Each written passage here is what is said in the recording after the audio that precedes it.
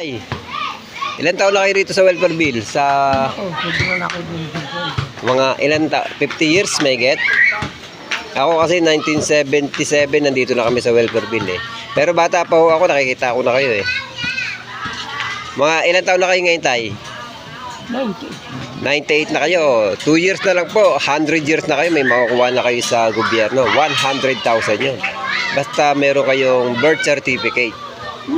Ayan, tabi nyo lang po. Tsaka malakas pa naman kayo eh. Mukhang hindi lang kayo abot ng 100. Mukhang abot pa kayo ng mga 200 years. Pag umabot kayo ng 200 years, meron kayong 200,000. Yung pamilya nyo po. 200. Yun, may humihingi ng 200. Pambili ng ulam. Oh, pambili na ulam, 200. Si mama hindi pa mailan. Anak nyo yun, Tay? Anak nyo? Lunes pa mailan. Ayan, ito anak ni tatay. Ilan taon na po kay Nay? 45. 40.